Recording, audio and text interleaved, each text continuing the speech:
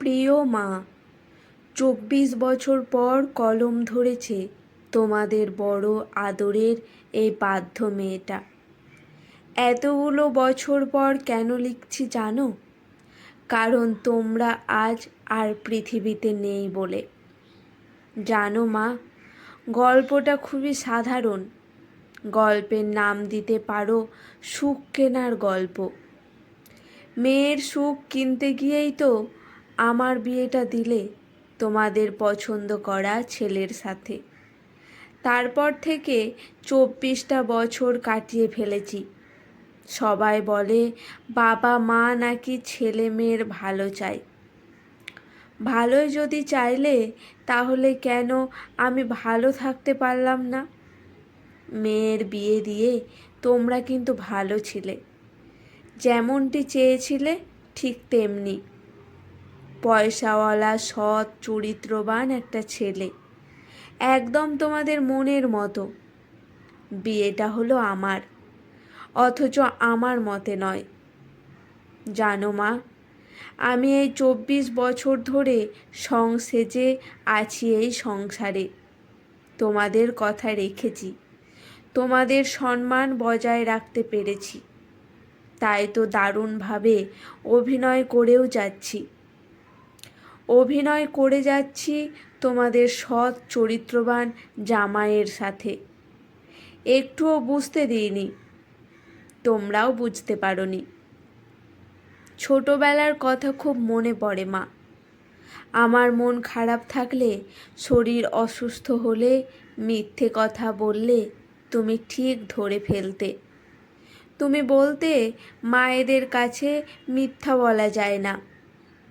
মায়ের মন সব বুঝতে পারে। ভেবেছিলাম তুমি অন্তত বুঝবে। মেয়ের মনের কথা মা বুঝতে পারবে না, তাই হয় নাকি? দেখলাম তুমিও বাবার মতোই গোঁ ধরে বসে থাকলে। সেদিনের কথা ভাবলে চোখে জল আসে। যন্ত্রণাটা বুকের মধ্যে দলা পাকিয়ে ওঠে আজও। আমাকে ঘরের মধ্যে আটকে রাখলে। আমার ভালোবাসার মানুষটাকে বাড়িতে ডেকে ভীষণভাবে অপমান করলে। আমি আড়াল থেকে স্পষ্ট শুনতে পাচ্ছিলাম তোমাদের কথাগুলো। তুমি ওকে বলছিলে ও তোমাকে ভালোবাসে না, ওর সাথে কোনো রকম যোগাযোগ রেখো না। আমার মেয়ের বিয়ে ঠিক হয়ে গেছে। ওকে যদি সত্যিই ভালোবাসো তাহলে ওর জীবন থেকে সরে গিয়ে প্রমাণ করে দিও তুমি সত্যিই ওকে ভালোবাসো। আমিও শুনেও সেদিন কিছু করতে পারিনি। এক প্রকার জোর করেই বাধ্য হয়েই বিয়েটা করে নিলাম। আমাকে নিরুপায় করে দিয়েছিলে, হাত মুখ বেঁধে দিয়েছিলে। বললে মেয়ে হয়ে বাবা মায়ের মরণ দেখতে চাস? আমার বুকে পাথর চাপিয়ে দিলে। আমি আমার ভালোবাসার মানুষকে বিয়ে করলে তোমরা সুইসাইড করে নেবে। যতদিন বাঁচব ততদিন ওই দোষের ভাগিদার হয়েই আমাকে নাকি বাঁচতে হবে। জানো মা, আমাকে সবাই বলে আমি নাকি ভাগ্যবতী।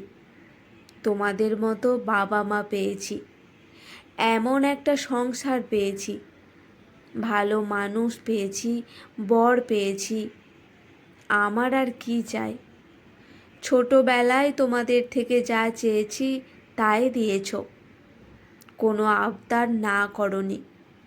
যখন ভালোবাসার মানুষটার কথা বললাম, বললে তোর অন্যায় আবদার তোর বাবা মেনে নেবে না।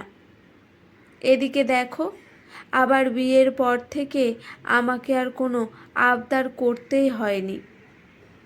চাওয়ার আগেই সব কিছু পেয়ে যাই। সত্যিই মা, আমি ভাগ্যবতীই বটে। তবে অভিনয় করতে করতে আজ বড় ক্লান্ত আমি। সুখী সংসারের সেরা বউ হয়ে উঠতে বেশি দিন টাইম লাগেনি আমার। তোমরা প্রায়ই আমাকে বলতে বাবা মায়ের পছন্দে বিয়েটা করেছিলি বলে তাই আজ এত সুখী তুই। তোমাদের কথা শুনে মনে মনে হাসতাম। সুখী হতে পারলাম কোথায় মা? সুখী হতে চেয়েই তো আমার ভালোবাসার মানুষটার কথা তোমাকেই প্রথম বলেছিলাম। তুমি বলেছিলে ভালো মন্দ বোঝার ক্ষমতা হয়নি তোর, আমরা তোর ভালো চাই, তাই আমাদের পছন্দেই তোকে বিয়ে করতে হবে। তাই তো এমন একটা সুখের বাসা কিনে দিলে, যে বাসায় আমার গভীর অসুখ। তবে হ্যাঁ, আমার জীবন থেকে ভালোবাসার মানুষটাকে কেড়ে নিলেও মন থেকে কেড়ে নিতে পারোনি। 24 বছরে তাকে একটুও ভুলতে পারিনি, তাই আজও কেঁদে বুক ভাসাই। মনের মন্দিরে তাকেই শুধু পুজো করি। যতবার ভেবেছি নতুনকে নিয়ে বাঁচব, ততবারই আমার প্রাক্তনকে আরও বেশি করে ভালোবেসে ফেলেছি। তবে একটা কথা মা, লোক সমাজে, তোমাদের সোসাইটিতে তোমরা জিতে গেলেও জিততে পারোনি আমার কাছে, আমার প্রাক্তনের কাছে। তোমাদের কথা সে রেখেছে, সত্যিকারের ভালোবাসার প্রমাণ সে দিয়েছে আমার জীবন থেকে সরে গিয়ে। কিন্তু তার মন থেকে আমাকে সরাতে পারেনি বোধহয়, যেমনটা আমার মন থেকে তাকে সরিয়ে দিইনি আমি। জীবনের বাদবাকি বছরগুলো ঠিক এইভাবেই চলব, সুখী জীবনের অভিনয় করে। সত্যিকারের ভালোবাসলে তাকে মন থেকে সত্যি সরানো যায় না কোনো দিন, আর সরাতেও পারবো না।